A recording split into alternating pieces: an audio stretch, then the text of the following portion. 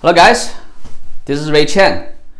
So before I start, like my video, subscribe to my channel, leave a comment, click on the bell. Okay, so today's topic is money rules of the rich. Okay, you want to watch this video to the end. Okay, it's gonna help you to become rich, I promise you. Okay, so number one, there's a lot of stupid myth, okay, about money, and let me tell you, a lot of rules and the common sense you heard about money are actually wrong. Okay, the number one rule that a lot of people say is actually incorrect. So most people say spend less than you make. It's true to a certain degree, but let me share with you why it's not true. Okay, so you want to spend less than you make because you do not want to get into a lot of debt. Okay, so obviously you want to pay off your credit card debt, right? You want to always make sure to pay off your credit card debt. But after you have paid off your credit card debt, you want to make sure to increase your spending power, because when you increase your spending power, it will motivate you to make more money, and it also means that you have the confidence to make more money, right? For example, this last time I went to the Citadel. There is a luxury product store. I went in there. I bought a Gucci men's bag for like I think $1,500. Then I bought another purse for my wife. I forgot how much. So I'm buying it. I feel good about it because I know I can make the money back. As you know, that price is nothing to me because I can always make more money, right? So you need to train yourself to have this kind of mentality. That way, you are not in the scarcity mentality. But a lot of people have this scarcity mentality. You do not want to have that, okay? So the minute you pay off your debt, you want to make sure you can have a way to make the money as however much money you want. So one of my motivation to make money is always having the freedom to buy anything I want. So that doesn't matter whatever I buy, I don't have to worry about how much it is, right? And that's very liberating. That's very powerful, right? When you think about it, because a lot of people, they're just pinching the money, save money here, save money there, because they cannot increase their income, right? They have that limited mentality, right? I do not have that. I do not want to have that, and which I feel good about it, right? Because I can buy anything I want. I don't have to worry about the price. I know I can always make more money, right? So it's very important.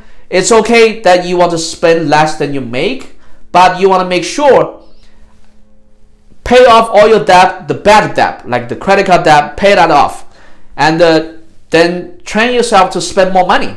That way you are confident and you're more powerful to go make more money, right? The second money rule of the rich, okay? Pay bill on time. It's true. You want to pay bill on time. But the first thing you have to pay is actually yourself. Pay yourself first. Okay?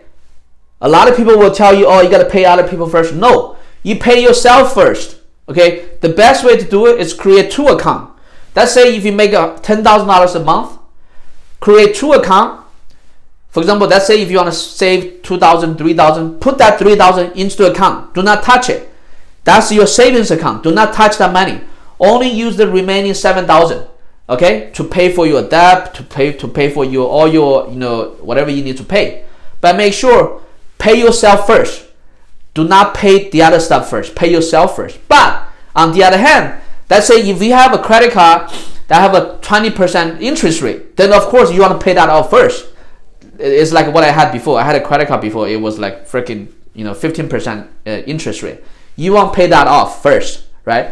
But once you pay that off, then once you do not have that credit card with the crazy interest rate, then every time when you get an income, you pay yourself. Every time you get an income, you pay yourself. Okay? Pay yourself first. Always pay yourself first. Okay? Number three. A lot of common sense, conventional wisdom tells you do not get into debt. It's is right and is not right. It's right and it's wrong. Okay, it is right because you do not want to get into bad debt to buy stupid stuff. For example, you get a loan to buy a car, you get a loan to buy a furniture. That's all stupid debt. Okay, it's okay to get a loan to buy the home for you to live in, but do not go crazy on it, because the home that you live in, it's not an investment. It's an expense, right? Because you don't have income from there. But the good thing about the home you live in is that it gives you it's a good investment because it gives you a good environment. It makes you feel good, so you can be more productive, right? For example, right now I'm shooting this video from my home, the comfort of my home, right? I have 5 bedrooms, so I have 1 bedroom that I use it as my office. So I have other bedroom for other things. So that way I can live comfortably. Although this home I'm not generating any income, but it makes me feel good. So I can go out there and do bigger and better things, right? It's okay. So other than that, so you don't want to get into that, buying a car or buying other useless stupid shit. You want to use the debt to invest in real estate. Invest in whatever you invest in. Invest in real estate, gold, silver, company, whatever. As long as it's an income producing investment, you want to get into that. Do you understand why America is so powerful? Why America is the biggest nation now? It's because America is the company that has been on steroids in borrowing money. America has been borrowing money for the past 200 years like crazy, right? This country is like, the whole country is like a Ponzi scam, right? It kept printing money, it kept borrowing money, its deficit is going through the roof. Why? Because for any company or country to grow, you need money to grow, right? What is one of the best way to get money to grow is to borrow money, right? That's why you do not want bad debt, right? You do not want to get a loan to buy a car. You do not want that kind of debt, right? You want to get the debt, the kind of debt that can buy the investment to create the income for you, right? When is it okay to buy a fancy car? Let's say, so my goal is, so I'm in the process of buying a mobile home park. Okay, so my goal is, after I buy this park, once it makes money, then I'm gonna use the money I made from that mobile home park to buy me a fancy car, right? That's okay, because life cannot all be working, right? You have to enjoy it too, right? You have to make it a goal so that it gives you more motivation, right? So do not get into bad debt. You want to borrow money to invest. That's okay. Invest in real estate, invest in the business, whatever. Okay. The next money rule of the rich. Okay. So you have to set a goal. Okay. You have to set a goal for your planning for your money. For example, before I was in debt before. So I made a plan to pay off my credit card as soon as possible. And once I did that, then I start to use the money to buy my house to live in. And then once that's taken care of, then I get money to start investing in real estate. So, and also you want to have a goal. For example, let's say if I want to make $1 million a year. So let's say if I can make $1 million from one real estate I buy, then let's say if I want to make $10 million in 10 years, that means I have to buy one real estate that can make me $1 million each year, so that in 10 years I can make $10 million, right? So it's sort of like that. It's a simplified way to say it, but you need to have a plan, you need to have a goal, right, to make it come true. So the reason I'm talking about investing in real estate is that most people, 90% of the people out there in this world, they are using their time to make money. Like, for example, it doesn't matter if you're a doctor, if you're a driver, it doesn't matter. All these people, you are using your time to make money, right? So the sooner you can get out there, get out that cycle, the richer you're gonna be. Why? Because as long as you're using your time to make money, your money will always be capped. There's always gonna be a limit that you cannot get out of. Why? Because when you're using your time to make money, there's only that much time in a day, right? There's only that much time in a year, right? You still need to sleep, you still need to eat, you still need to rest, right? So as long as you're using time to make money, your income will not be able to grow exponentially. The only way your money can grow exponentially is when you can start to use money to make money. So whenever you start to be able to use money to make money, then you will be able to make money even when you are sleeping, right? So for example, buying a real estate. So I was talking about buying mobile home park or buying a business. So then when you're buying a real estate, the tenant, they're gonna pay you the rent, and so even when you're sleeping, you're gonna make money, right? So when you buy, let's say if you buy one real estate, you make $10,000 a month. If you can buy 100, you can buy 1,000, you can buy 1,000 real estate, make a $10,000 a month. There's no limit, right? As long as you have the money to buy more real estate, your income will grow without any limit. That is why you want to make sure to start using your money to make money as soon as possible. That's why in this sense, so people always tell us, time is money.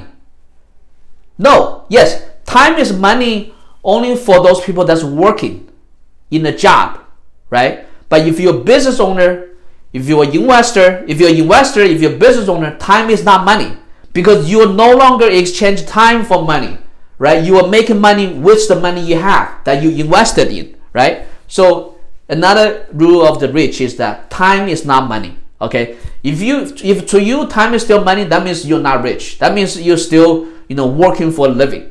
Okay.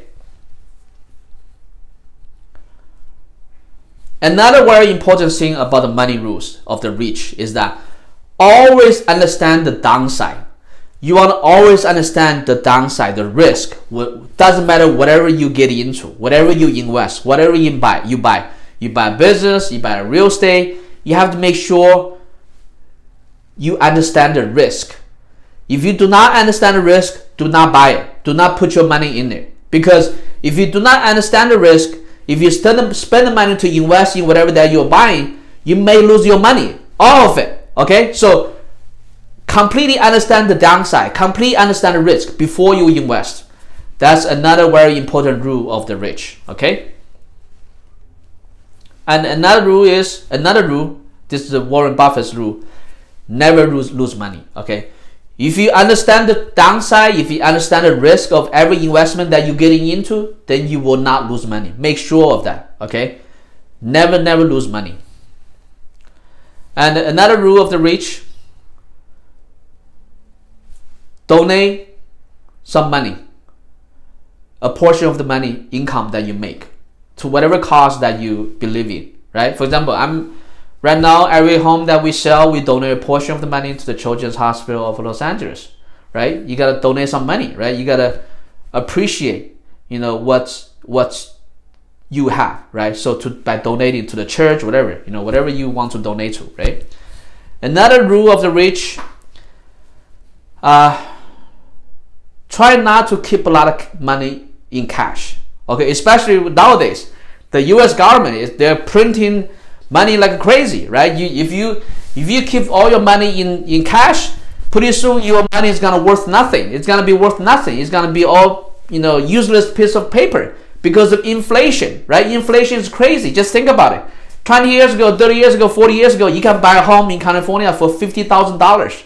Nowadays, that exact same house is gonna be worth $500,000, even $1 million, right? Just think about how the money is just, the inflation is just out of whack, right? So do not keep money in cash. So if you have some savings, if you don't have a home of your own, if you're renting the place, use that money, buy the damn home, because not only you can enjoy the home, but also you can kind of beat that inflation a little bit, because your money is in the property, it's no longer in cash.